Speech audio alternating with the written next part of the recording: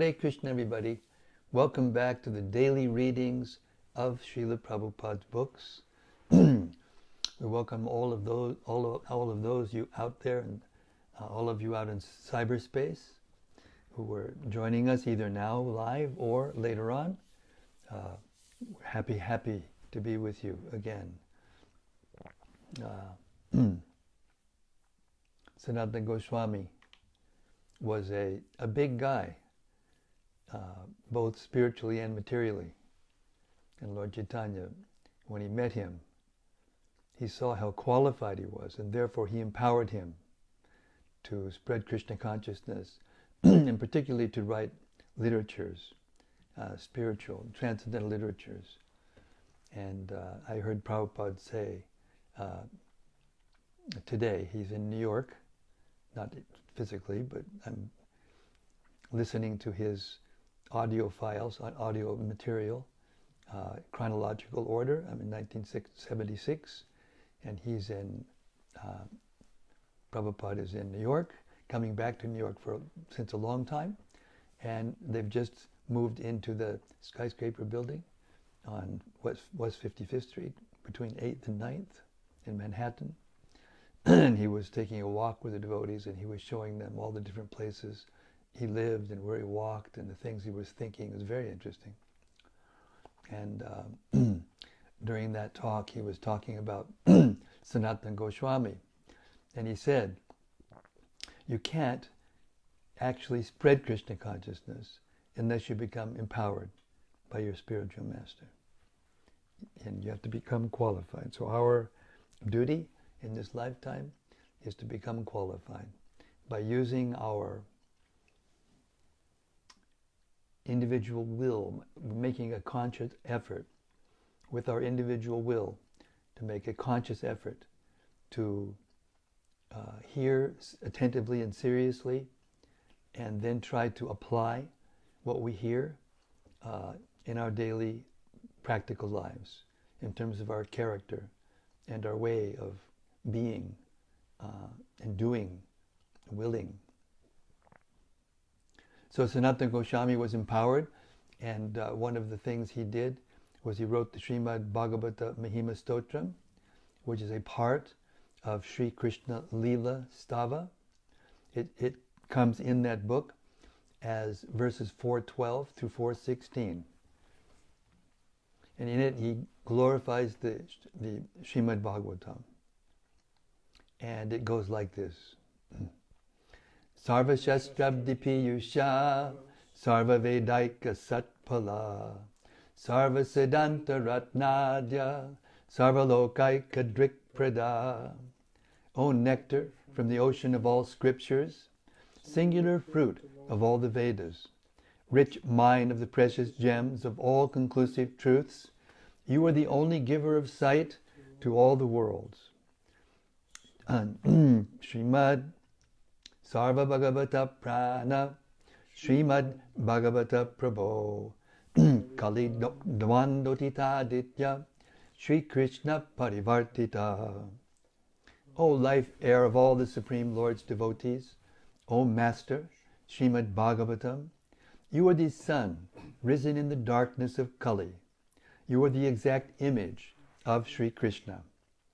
Paramananda Pataya, Prema Varshakshadayate, Sarvadasa Vasevyaya, Sri Krishnaya Namostume. I bow down to you, who are supremely blissful to read. Your every syllable pours down a flood of prema. You can always be served by everyone. You are Sri Krishna himself. Madeka Bando Matsangin, Madguro Mad Mahadana, Mad Nishdadaka Mad Bhagya, Mad Ananda Namostute. My only friend, my constant companion, my spiritual master, my great wealth, my savior, my good fortune, my source of ecstasy, I bow down to you. Asadu saduta dayin, adini chochata kada, hana munchagadachin mam, premna rit kanta yospura. O bestower of saintliness to the unsaintly, O exalter of the most fallen, please never leave me. Always appear in my heart and my voice with pure love. Om Namo Bhagavate Vasudevaya. Om Namo Bhagavate Vasudevaya. Om Namo Bhagavate Vasudevaya. So, Krishna is continuing to instruct Uddhava, and very interestingly, Uddhava thought he saw some kind of apparent contradiction in Krishna's words, because he's saying that his words are the Vedas. By all the Vedas he is to be known. And then at the same time he said, when you come to Krishna consciousness, you have to give up the Vedas. So this is the same instruction Krishna gave to Arjuna: Trigunya Vishaya Veda Nistrigunya Bhavarjana. Krishna saying to Arjuna, you have to rise above the three modes of material nature, which the Vedas in general talk about. So, of course, Uddhava knows everything, and he's not asking a challenging question, but for the benefit of all future devotees, and because he's serious, he inquires thoroughly. So we're on chapter 9, we're on chapter 20 rather, text number 9 of 11th Canto. And what is the title of this chapter? Does somebody remember? Pure devotional service surpasses knowledge and detachment. Pure devotional service surpasses knowledge and detachment. And that was why it seems to be contradictory. So now Krishna is explaining in detail to Arjuna why that's true. And we are on text 9.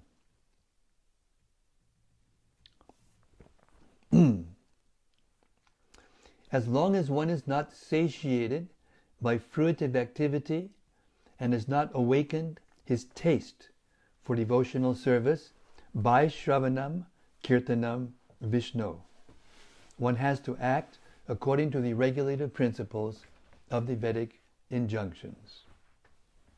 Purport.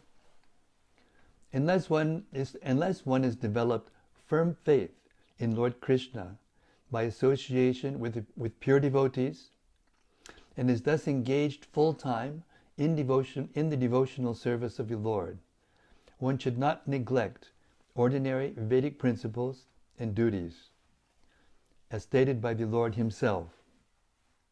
Shruti smriti mamaivagye yaste ulangya vartate agya chedi mama dveshi madbhakto pina vaishnavaha. The Shruti and Smriti literatures are to be understood as my injunctions, and one who violates such codes is to be understood as violating my will, and thus opposing me. Although such a person may claim to be my devotee, he is not actually a Vaishnava. The Lord here states that if one has not developed firm faith in the process of chanting and hearing, one must comply with the ordinary injunctions of Vedic literatures. There are many symptoms by which one can recognize an advanced devotee of the Lord. In the first canto of Srimad Bhagavatam 1-7, it is stated, Vasudeve Bhagavati Bhakti Yoga Prayojitaha Janayat Yashri Vairagyam Jnanam Chayad Ahaitukam. One who is actually engaged in advanced devotional service immediately develops both clear knowledge of Krishna consciousness and detachment from non-devotional activities. One who is not situated on this platform must comply with the ordinary injunctions of Vedic literature or risk becoming inimical to the Supreme Personality of Godhead. On the other hand, one who has developed great faith in the devotional service of the Lord does not hesitate to do anything that will further the mission of the Lord. As stated in the 11th canto of Srimad Bhagavatam, 11.541, Devarshi bhutapta nrinam pratinam na kinkado nayam rini charajan sarvatmana yak sharanam sharanyam gato mukundam parihrityakartam.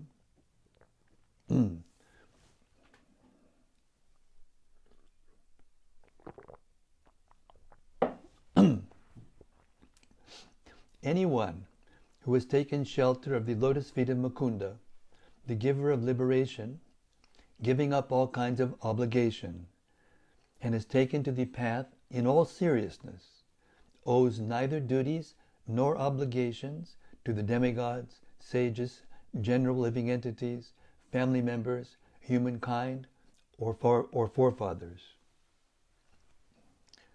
Srila Jiva Goswami points out in this regard that when a person fully surrenders to Krishna, to Lord Krishna, he takes shelter of the Lord's promise to liquidate all other responsibilities and debts of the surrendered soul.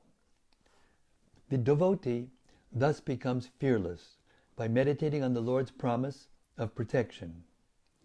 Those, however, who are materially attached are frightened by the prospect of full surrender to the Supreme Personality of Godhead, thereby revealing their inimical mentality toward the Lord.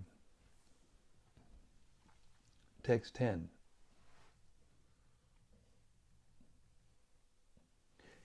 My dear Uddhava, a person who is situated in his prescribed duty, properly worshipping by Vedic sacrifices, but not desiring the fruitive result of such worship, will not go to the heavenly planets. Similarly, by not performing forbidden activities, he will not go to hell. Purport. The perfection of karma yoga is described here. One who does not desire fruitive rewards for his religious activities does not waste time going to the heavenly planets for celestial sense gratification. Similarly, one who does not neglect his prescribed duty or perform forbidden activities will not be bothered by going to hell for punishment.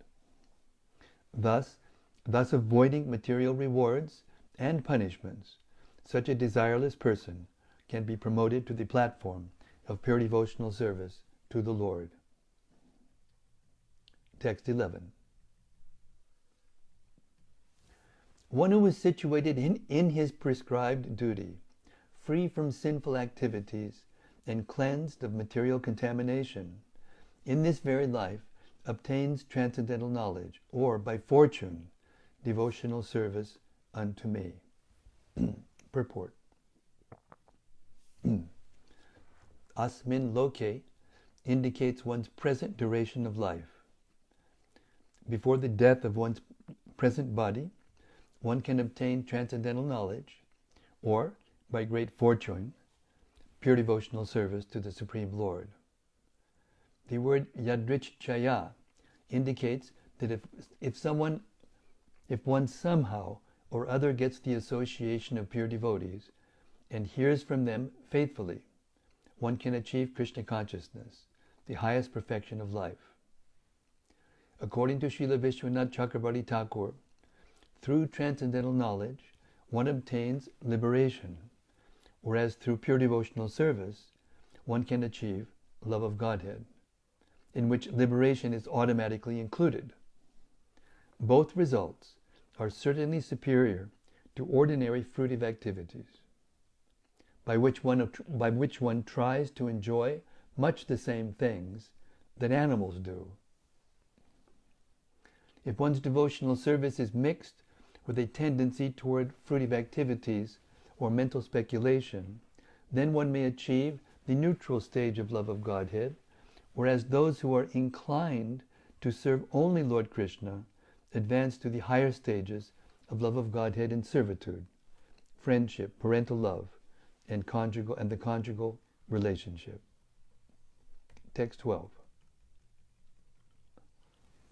The residents of both heaven and hell desire human birth on the earth planet because human life facilitates the achievement of transcendental knowledge and love of Godhead, whereas neither heavenly nor hellish bodies efficiently provide such opportunities.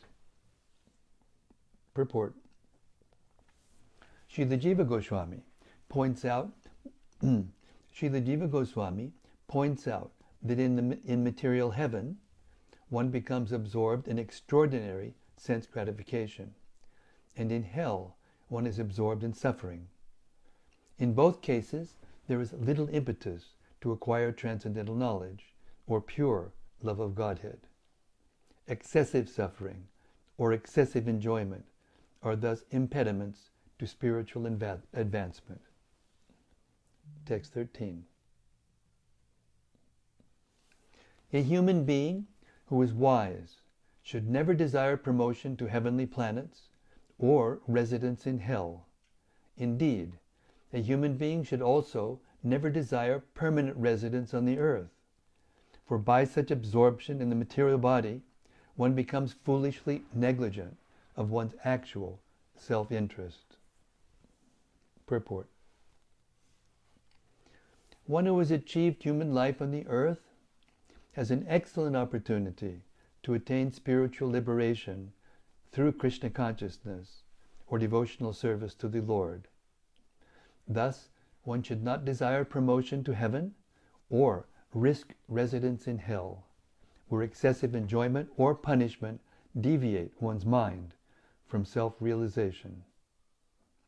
On the other hand, one should not think, the earth is so nice, I can stay here forever. One should develop thorough detachment from all aspects and categories of material existence and go back home, back to Godhead, where life is eternal and full of bliss and knowledge. Lord Krishna now begins to develop his conclusive proof that actual human progress lies beyond material piety and sin. The Lord first clarified that there are basically three methods of human elevation, namely jnana, karma, and bhakti. And now the goal is that the goal is transcendental knowledge and ultimately love of Godhead. Now that the goal is transcendental knowledge, and ultimately love of Godhead. Now the Lord explains that promotion to heavenly planets, the final goal of piety, as well as residence in hell, the result of sinful activities, are both useless in fulfilling the actual purpose of life. Neither material piety nor sin establish the eternal living entity in its constitutional position. Therefore, something more is required to achieve the actual perfection of life. Text 14. A wise person, knowing that although the material body is subject to death, it can still award the perfection of one's life, should not foolishly neglect to take advantage of this opportunity before death arrives. 15. Without attachment, a bird gives up the tree in which his nest was constructed when that tree is cut down by cruel men who are like death personified, and thus the bird achieves happiness in another place. Purport. Here is the example given of detachment from the bodily concept of life. The living entity resides within the body, just as a bird dwells within a tree. When the thoughtless men cut down the tree, the bird, without lamenting the loss of its previous nest, does not hesitate to establish its residence in another place. Purport. Here the example is given of detachment from the bodily concept of life. The living entity resides within the body just as a bird dwells within a tree. When thoughtless men cut down the tree, the bird, without lamenting the loss of its previous nest, I'm reading it again because it's so nice. Sorry. It does not hesitate to establish its residence in another place. 16. Knowing that one's duration of life is being similarly cut down by the passing days and nights, one should be shaken by fear. In this way, giving up all material attachment and desire, one understands the Supreme Lord and achieves perfect peace. Purport. An intelligent devotee knows that the passing of days and nights are exhausting one's duration of life, and he therefore gives up his futile attachment to material sense objects. Instead, he strives to achieve permanent benefit in life. Just as the detached bird immediately gives up its nest and goes to another tree, similarly, a devotee knows that there is no permanent opportunity for residence within the material world. Instead, he dedicates his working energy to achieving eternal residence in the kingdom of God. Transcending the modes of material nature, by attaining Krishna's own spiritual nature, the devotee at last obtains perfect peace. 17. The human body, which can award all benefit in life, is automatically obtained by the laws of nature, although it is a very rare achievement. This human body can be compared to a perfectly constructed boat, having the spiritual master as the captain and the instructions of the personality of Godhead as favorable winds impelling it on its course. Considering all these advantages, a human being who does not utilize his human life to cross the ocean of material existence must be considered the killer of his own soul. Purport.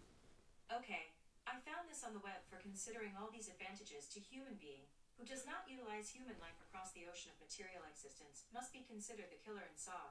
Check it out. Siri is hearing very attentively, and she just gave us a place where we can see that same sentence, which is probably about where we are. Anyway, purport. The human body, which is obtained after passing through many inferior forms, is created in such a way that it can award the highest perfection of life.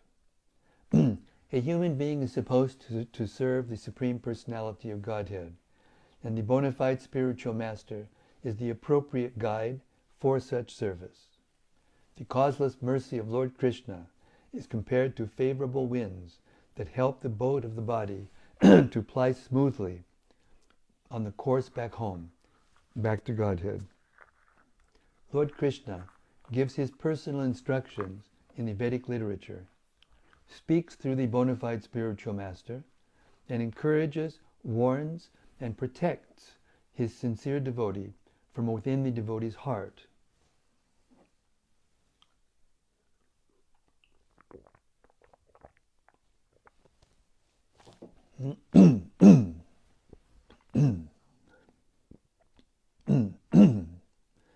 Such merciful guidance of the Lord moves a sincere soul quickly on the path back to Godhead. But one who cannot understand that the human body is a suitable boat for crossing the ocean of material existence will see no need to accept a captain in the form of the spiritual master, and will not at all appreciate the favorable winds of the Lord's mercy. He has no chance of achieving the goal of human life. Acting against his own self-interest, he gradually becomes the killer of his own soul. Text 18. A transcendentalist, having become disgusted and hopeless in all endeavors for material happiness, completely controls the senses and develops detachment. By spiritual practice, he should then fix the mind on the spiritual platform without deviation. Purport. The inevitable result of material sense gratification is disappointment and pain that sears the heart. One becomes gradually hopeless and despondent in material life.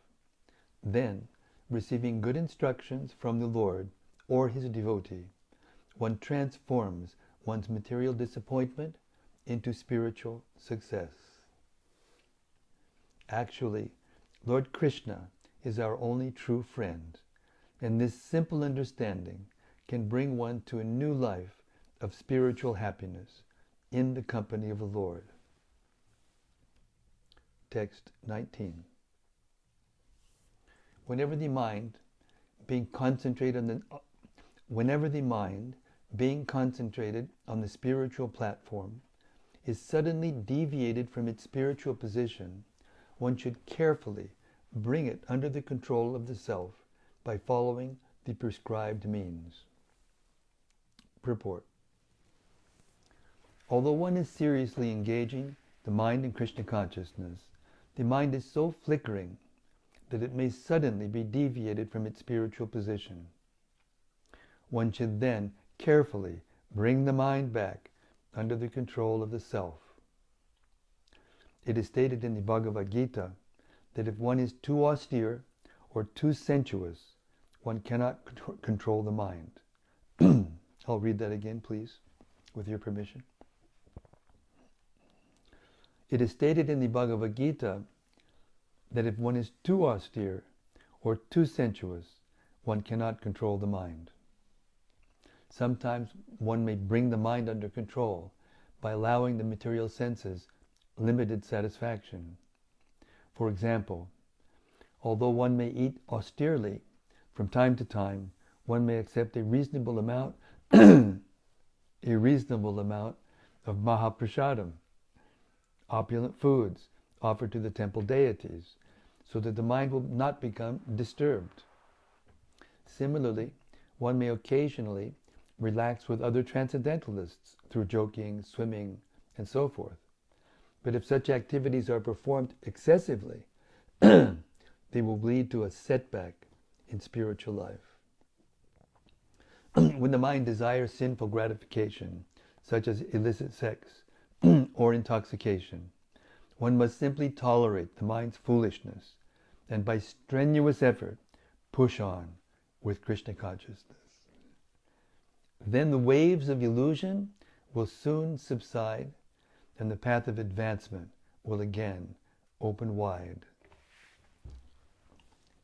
Text 20.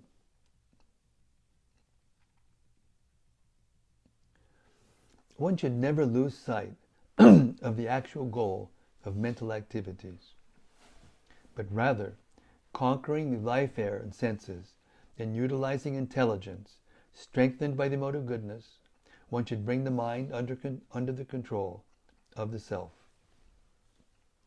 Purport. Although the mind may suddenly wander outside the jurisdiction of self-realization, one must bring the mind back under control by clear intelligence in the mode of goodness. The best solution is to keep the mind always busy in the service of Lord Krishna, so that the mind cannot wander onto the dangerous path of sense gratification, headed by sex attraction. The material mind is naturally inclined to accept material objects at every moment. Therefore, unless the mind is seriously brought under control, there is no possibility of becoming steady on the path of spiritual advancement. 21. An expert horseman, desiring to tame a headstrong horse, first lets the Lord have his way for a moment. Then, pulling the reins, gradually places the horse on the desired path. Similarly, the supreme yoga process is that by which one carefully observes the movements and desires of the mind and gradually brings them under full control. Purport.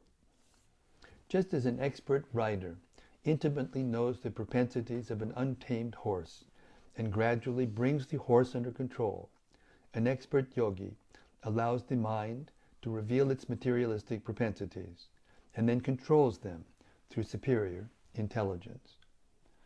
A learned transcendentalist withholds and supplies sense objects so that the mind and senses remain fully controlled.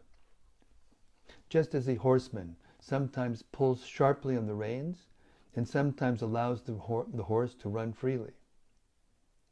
The rider never forgets his actual goal or destination and eventually places the horse on the right path. Similarly, a learned transcendentalist, even though sometimes allowing the senses to act, never forgets the goal of self-realization, nor does he allow the senses to engage in sinful activity. Excessive austerity or restriction may result in great mental disturbance, just as pulling excessively on the reins of a horse may cause the horse to rear up against the rider. The path of self-realization depends upon clear intelligence, and the easiest way to acquire such expertise is to surrender to Lord Krishna. The Lord says in the Bhagavad Gita 10:10, Tesham satatidyugdanam bhajatam pritipurvakam dadami buddhi yogam tam yenamam upayanti te. One may not be a great scholar or spiritual intellect, but if one is sincerely engaged in the loving service of the Lord, without personal envy or personal motivation, the Lord will reveal from within the heart, the methodology required to control the mind. Expertly riding the waves of mental desire, a Krishna-conscious person does not fall from the saddle, and he eventually rides all the way home, back to Godhead. Hare Krishna. That's what Krishna means in the Gita when he says, yes, the mind is more difficult to control than the wind, O Arjuna, but it is possible through constant practice and detachment. 22.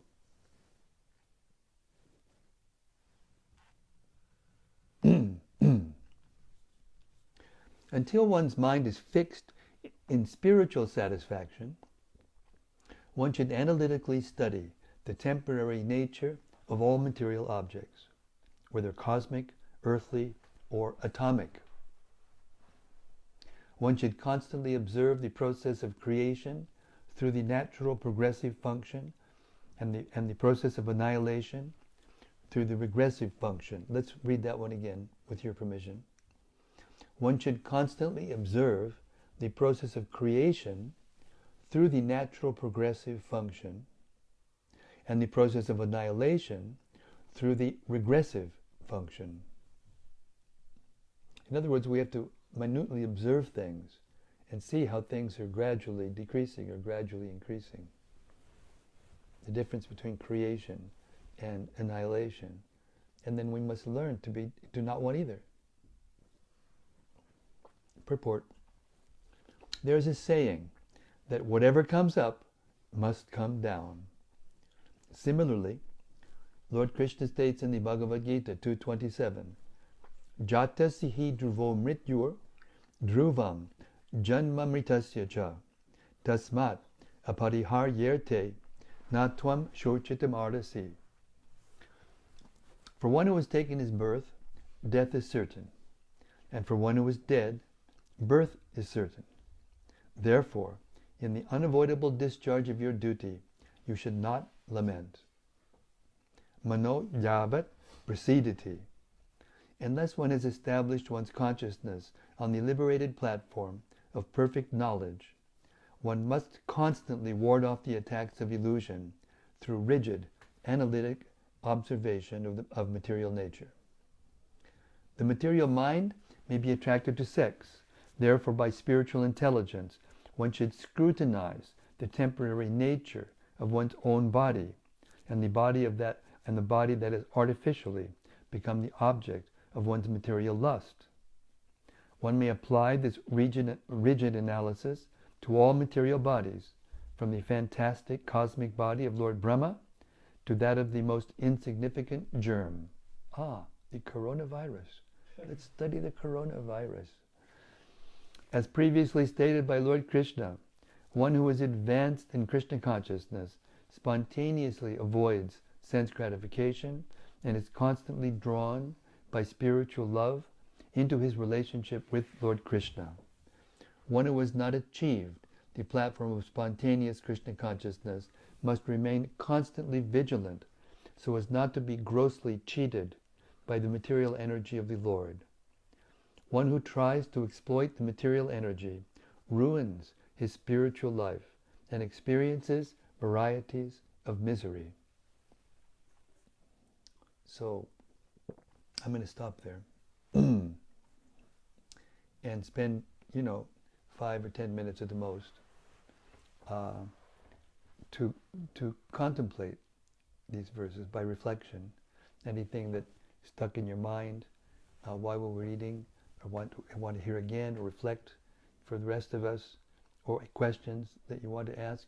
We have a question in the audience right here in Hythe, from the Prince of Hythe himself, Radharaman. Go ahead. That's just a handle we give him. It's a joke. I should have put my cloak back on. Maharaj, I was wondering if you could comment a little bit more about what we've been hearing about in the last few verses, starting from when it says that we shouldn't pull the mind too hard or relax it too little, or if we're not on this more advanced level of Krishna consciousness, then we need to contemplate the material nature, and etc. Could you sort of unpack it a little bit more and explain how that kind of looks? Well, Krishna does in the Gita. He says, Yukta Hari Viharasya, Yukta Chaitasya Karmasu, Yakna Swapnana Bodhasya, Yogo Bhavati Dukkha. Here he's saying that one should not, well, actually, following from the last verse, from the verse before that, which says you should not sleep too much, you should not eat too much. Here, in Yukta, this next verse says, one should be regulated in his sleeping, eating, working, and leisure or recreation. So this means that in these 4 activities they should be regulated. Later on in the 4th chapter, Krishna says, Tasmat Tvam Inriyanyado Niyamya Bharatarshaba Papmanam Pujihinenam Yenam Jnana Vijnana Nashanam. So the problem is lust. Lust really means not just sex, although that's the culmination of attachment to material energy, material forms and activities.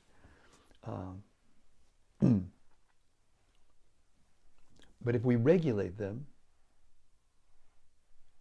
by controlling the senses, that means unless you have spontaneous attraction to Krishna and you're not attracted or repulsed by anything in this material world, then you must engage in some kinds of, and all of us must engage in some activity. But you have to learn not to sleep too much and not to sleep too little. Here it says many times, he's saying, if you perform excessive austerity, you will just become disturbed. If you perform excessive sense gratification, then you will feel ambivalent to the Lord's instructions and become inimical towards him.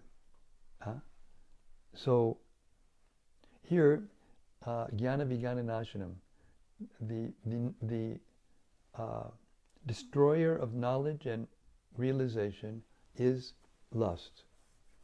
And how we get there is to actually analyze, through the knowledge given to us by Krishna, and through acting according to the mode of goodness, how we got here.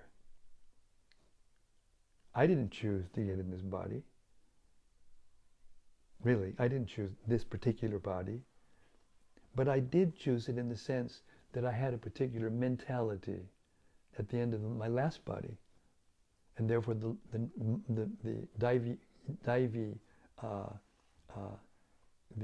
what is that verse? Daivim Prakriti. No. Anyway, I forget the Sanskrit, but it means that the laws of nature, which are divine eventually, choose the material body. And we go to that material body that fits our nature. So once we get into the material body, we have certain abilities, certain tastes, so many things.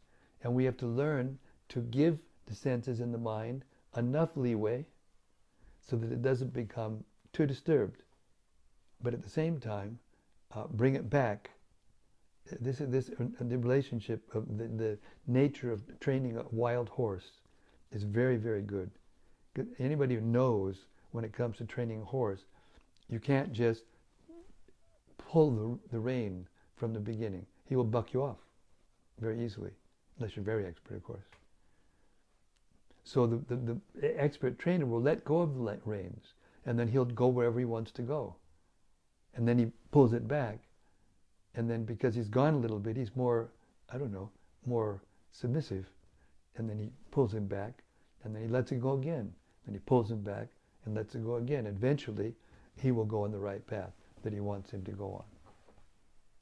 So if you always try to artificially, pull the senses back, you have to learn the art of doing things that can give the senses some satisfaction, but not put it on the path of sinful activities. And similarly, don't try to hold them too hard to the point where you become resentful and disturbed, and you won't be able to come. You won't feel naturally inclined, to spiritual activities. So that's basically the essence of what he's saying here. You have to regulate your sense control. Raga Dvesha Vimuktaishtu. Raga means attachment. Dvesha means aversion or hate. So Raga Dvesha Vimuktaishtu. You have to give up both of them. Raga Dvesha Vimuktaishtu Indriyan Indriyashcharan. With the senses, you have to regulate. Again, it's all the way through the Gita. It's regulate, regulate, regulate. And then the next line, Raga Dvesha Vimuktaishtu Vishayan Indriyaish Atmavasya Vidayatma. That means doing this enables you to follow the regulative principles of freedom. And what do you get? Prasadam adhigacchati. This is how you get the mercy of the Lord. And you can't do this without the mercy of the Lord. This is what Krishna is saying. So you have to analyze, the material world, how things are created, through the help of the knowledge in the Vedas, not just on your own, and begin to see through the knowledge. There's a very nice, who was I talking to? It was Bhagavad Shai or yourself. There's a verse in the second canto, second chapter, 35th verse. And there Prabhupada in the purport gives an analysis of how to, with the intelligence, gradually take oneself through a train of thought that will bring one to the conclusion on one's own that we must be alive, we must be sentient, we must be not in control of our senses because so many things are going on without us controlling it. And then looking out of the world, we see so many things going on outside of ourselves, which are going on that we're not controlling. So that means, but somebody's got to be controlling it. So So if you just keep taking this meditation, this is meditation, the train of thought of knowledge, vidya, which takes us to the personality of Godhead, the person who is controlling everything, since we aren't and can't be. So all those thoughts combined together, if done properly, with the mercy of the Lord, sincerely, then Krishna helps from within the heart. And he gives us the way. Desham sadati yuktanam, bhajatam priti purvakam, dadami buddhi yogam tam. He gives the intelligence, how to go back to him.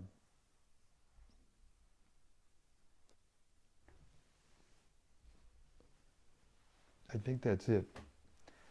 Okay, thank you so much everyone there out in cyberspace for being patient with me that I can't just keep going on for an hour and a half, because I'm still kind of struggling. I have to regulate myself. But I had for this is kind of an update. I just talked to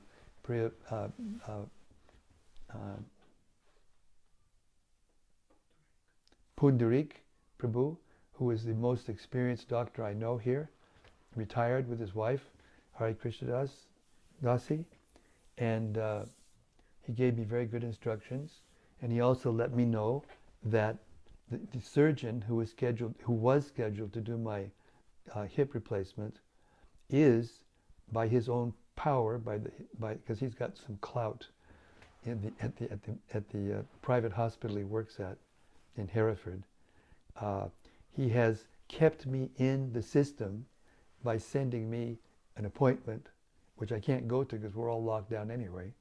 But just because he does that, it keeps me in the system, and eventually he will see to it that I'm one of the first that gets my operation when they're available. So that's a big thing.